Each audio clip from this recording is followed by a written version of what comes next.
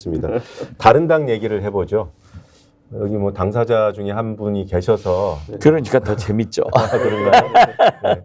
어느 분이 먼저 말씀해 주시겠습니까? 유승민, 이준석 신당 이제 구체화되는 겁니까? 유승민 의원과 저는 어떤 소통도 하지 않았습니다. 그리고 할 계획도 지금으로서 없습니다. 유승민 의원이랑 저랑 정치적으로 철학이 비슷한 건 맞겠죠. 그런데 지향점이 같은지는 의문입니다. 유승민 의원은 바른정당을 할 때도, 바른미래당을 할 때도, 새로운 보수당을 할 때도, 지금 다시 이제 국민의힘을 할 때도 한 가지 확실한 거는 대구 경북 지역의 성골이라는 인식을 본인이 갖고 있습니다. 그런데 언젠가 이 나쁜 놈들이 가고 나면은 내가 대구 경북의 적자로서 보수의 헤게모니를 잡고 정치하겠다는 생각으로 지금까지 어려운 길을 걸어온 겁니다. 근데 이거를 일순간에 유승민 의원이 바꿀 것 같지는 않고요. 저는 제가 지향하는 정치가 있다면은 결국 정치가 지역 구도에서 조금은 세대 구도로 바뀌길 바라는 측면이 있고 오히려 경제적 계급 구도로 바뀌었으면 하는 생각이 있고 그렇기 때문에 그런 측면에서 지향점이 다르면 정치라는 건 정당이라는 건 어떤 기반을 두고 뭐 물론 최대 다수의 국민을 대표하려고 하겠지만은 어떤 사람들을 위한 정치를 하겠다가 명확해야 되는데 그 지점에서 유승민 의원과 일치하지 않을 가능성이 상당히 있다 봅니다. 저도 그 말씀을 듣고 깜짝 놀랐어요. 저는 사실 지금까지 이준석 대표와 유승민 전 대표 간의 부단한 대화를 해서 역할 분담을 참 잘하고 계시는구나 이렇게 했는데 지금 이준석 대표가 전혀 소통하지 않고 있다. 그러다 하면은 다른 정치인이 얘기했으면 저도 안 믿을 거예요. 그렇지만은 이준석 전 대표가 얘기하는 것을 저는 진실로 받아들여요. 그렇다고 하면은 퍼즐이 참 어려워지죠. 그런데 저는 작년부터 줄기차게 윤석열 대통령의 저런 불통, 고집, 저런 분열의 정치 결과 반드시 보수가 분열할 거다. 그 중심에 이준석, 유승민 이런 분들이 설 것이다. 지금도 저는 그 생각을 하는데 거의 비슷한 시간에 이준석 대표도 유승민 전 대표도 그 신당 창당에 연기가 피우는 그런 말씀을 해서 대화를 하고 있었는가 했는데 안 한다고 하니까 저는 뭐 말씀 들으니까 걱정되는 것 중에 하나가 지금 이 대표 하신 말씀이 유승민 전 의원은 TK의 성골이라는 인식을 가지고 있다. 그게 한계다 이렇게 말씀하셨잖아요. 그러면 이제 전략입니다. 본인의. 그러니까 한계라기보다는 항상 그걸 지향해 오신 분이기 때문에. 그런 말씀을 해주셔야지 안 그러면 이제 싸움 붙이려고 할 거라고요. 언론들이. 아니 근데 그래서 사실 저희가 바른미래당 할 때도 생각해 보면은 제가 냉정하게 말씀드리면은 나중에 민주평화당 계열과는 함께 못하겠다 그래가지고 그때 민주평화당이 따로 별도로 이제 국민의당에서 떨어져 나와가지고 당을 형성한 거 아닙니까?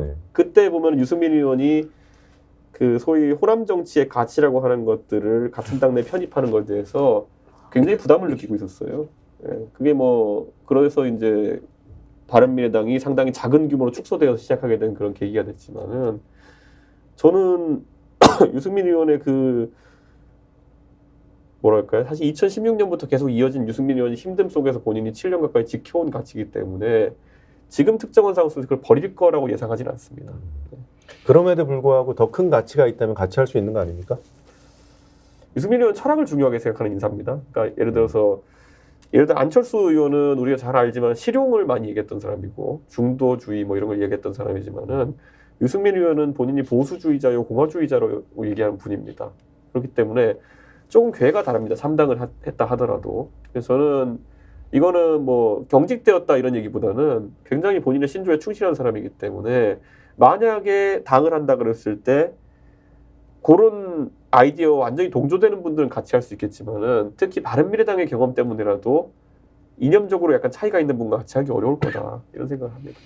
제가 이제 소위 문재인 대통령이 당선하는 선거에 안철수, 유승민, 홍준표 이 세 분이 함께 출마했잖아요. 저는 안철수 신당 국민의당 대표였고 상임위원장이기 때문에 이제 후보 단일화를 얘기하자. 그렇게 해서 물론 유승민 의원을 직접 만난 건 아니에요. 아, 맞다. TV 토론에 등장하셨다. 그래서 아니요, TV 토론 아니고 네. 그 배우 마쿠에서 네. 이제 3당 네. 대통령 후보들의 단일화를 얘기하는데 지금 이준석 대표가 지적한 대로 그게 나오더라고요. 홍준표, 안철수 이런 분들은 굉장히 플렉시블해요. 네. 융통성이 있어. 이 정체성 문제에 대해서, 대북 문제에 대해서. 그러니까 소위 김대중의 햇볕 정책을 이해를 하고 컴프로마이즈 할 수 있다 예. 하는 건데 유승민 후보는 단호하게 햇볕 정책을 폐기하고 지금까지 그러한 햇볕 정책을 펴온 김대중 정부를 대표해서 사과해라. 네. 그래서 나는 그건 할 수 없다. 그래가지고 깨진 적이 있어요. 예. 그런데 저는 국회에 있으면서 유승민 대표가 굉장히 경제적으로나 경제 실력이나 여러 가지 좋아요. 그래서 참 유승민 대표 같은 사람이 비록 우리하고 당은 다릅지만은 한번 잘 됐으면 좋겠다. 예. 이런 얘기를 늘 했는데 한번 유승민 대표가 저를 만나자 하더니 선배님 그렇게 밖에서 칭찬하지 말고 같이 합시다. 예. 그래서 안에서 나를 도와주십시오. 그래서 내가 이런 지하에 당신하고는 절대 같이 할 수 없다. 정체성이 완전히 다르다. 예. 라고 했는데 지금 네. 말씀을 듣고 보니까 그런 게 확신이 돼요. 또 그리고 박근혜 대통령한테 탄압받아가지고 공천 이제 어려워질 때 제가 유승민 대표한테 그런 얘기했어요. 더 싸워라.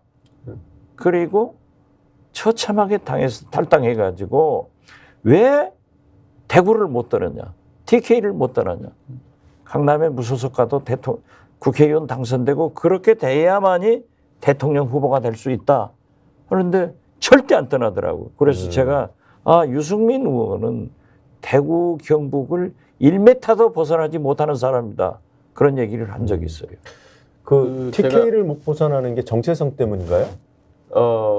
본인이 뒷걸음질 치는 행동을 잘 안 하는 분입니다. 이게 본인이 세운 목표에서 투퇴하는 경우를 잘 못 봤거든요. 그래서 그거는 유승민 의원의 성격이고 그게 장점도 많다 봅니다. 저는 아까 제가 TV 토론 얘기를 한 거는요. 안철수 후보랑 TV 토론하는데 거기에 박지원 원장님이 등장하신 적이 있어요. 유승민 후보가. 네, 그래요. 네. 그래서 안철수만 됐든 옛날에 뭐 평양대사가 생기면 박지원 원장 보낸다고 하셨는데 그렇게 하실 겁니까? 뭐 이렇게 질문하고 그래가지고 그게 한번 회자된 적이 있었는데 유승민 의원은 하여튼 본인이 국방위원장을 했기 때문에 군사 문제나 아니면은 또 경제학자이기 때문에 경제 문제에 대해 가지고는 본인 신념을 벗어나는 분들과 교류를 상당히 하기 힘들어합니다. 대신 나머지 사회 문화적인 문제에 대해서는 굉장히 개방적이거든요. 그러니까 그게 특징이고 그렇기 때문에 유승민 의원이 거꾸로 말의 일관성을 항상 유지하고 가는 편입니다. 그 부분에 있어서 본인의 철학이 확실하기 때문에 경제와 안보에 대해 가지고는 거기에 벗어나는 사람과 함께 할 수는 없지만 반대로 본인이 시류에 따라 가지고 말을 바꾸고 이런 분은 아니기 때문에 그게 일장일단이 있는 그런 측면이 있다고 저는 평가하고요. 지금도 안 바뀌었을 겁니다. 그렇기 때문에 저 같은 경우는 예를 들어 한미동맹 같은 걸 이야기할 때 지난번에도 한번 얘기한 것 같지만은 우리가 한미동맹을 중시하는 건 맞지만 보조해서 제가 미국에서 살았던 경험으로 봤을 때는 지금의 미국은 제가 살던 미국과 다르다.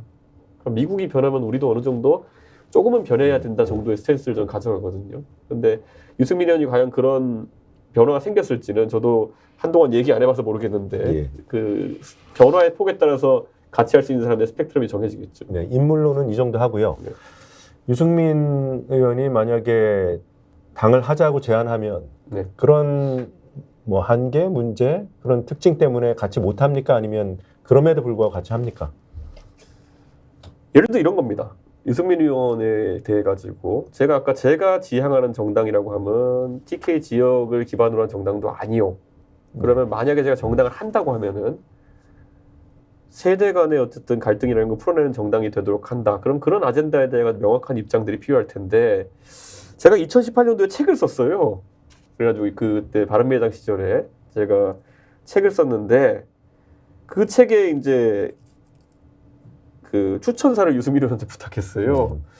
네, 추천사를 뭐라고 쓰셨냐면 이 책의 내용에 다 동의할 수는 없지만은 아, 읽어보길 권한다 뭐 이런 거예요. 그런데 그 책의 내용이 대부분 이제 세대 관점에서의 어떤 아젠다나 이런 거였는데 그러다 보니까 야 뭐 이런 추천사를 써주나 이런 생각한 적도 있었지만은 하여튼 그 지점에서 이견을 좀 좁히지 않으면은 그게 쉽진 않습니다. 그러니까 정치인의 덕목 중에 하나가 자기 정책 원칙은 중요하죠. 네.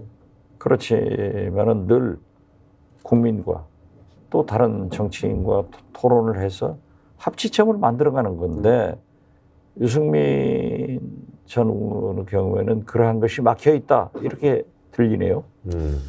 저는 유승민 의원은 오히려 저는 창당보다는 아마 무소속 선택하는 가능성이 높지 않나.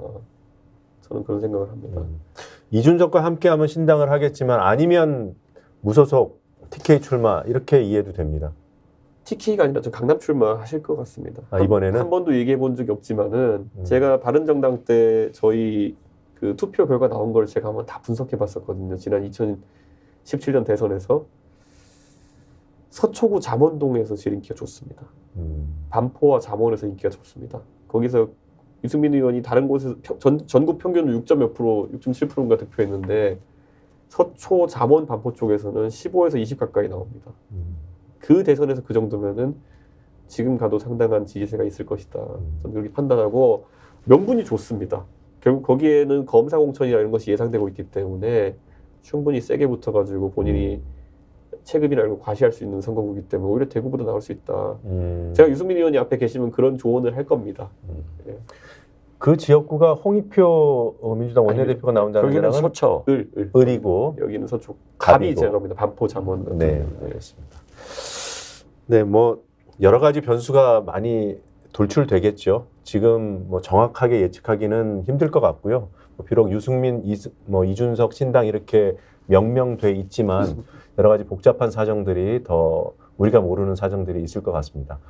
더 괴롭혀드리면 안 함에도 불구하고 저는 지금도 이준석, 유승민 신당의 가능성을 가장 높게 보고 있습니다. 네. 거기에 김종인 네. 전 비대위원장이 역할을 할 것이다. 네. 그렇게 되면은 김종인 전 비대위원장은 우리 이준석, 유승민 다 사이가 좋거든요. 네. 거기에 금태섭, 양양자까지 어떤 보수층도 신당으로 뭉쳐지지 않을까 저는 네. 그렇게 보고 있습니다. 뜨끔하네요. 안 그래도 김종인 위원장 한번 찾아뵈려고 하고 있었는데. 네. 카피 나왔습니다. 이준석 곧 김종인 만난다. 워낙 자주 만나 뵈니까 그건 뉴스는 안 됩니다. 그래요? 신당 얘기가 나오는 마당의 만남이면 좀 의미가 다르지 않을까요? 그게 아니라 이번에 그 경북 봉화 지역에서 그 송이버섯이 좋은 게 하나 입수돼가지고 좀 선물로 드리려고 제가 같이 진짜 아니, 그것 때문이 저 감기 준비하고 걸렸는데. 예, 예. 아, 진짜 그것 때문에 뵈려고 네. 하고 있었습니다. 네, 알겠습니다. 제가 뭐 이 대표님 말씀 들으면서 저도 그렇게 뭐 순진하게만 듣지는 않습니다. 이게 되게 어려운 일이 됐을 때 감동이 생기는 거잖아요. 근데 지금 너무 유승민, 이준석 신당이 기정사실화 되는 것처럼 보도가 나오고 있어서 거기에 대한 견제 아니신가? 뭐 이런 생각도 하면서 들었습니다. 아이고. 네, 뭐 언론인의 촉은 제가 부정하지 않습니다. 제가 예. 알겠습니다.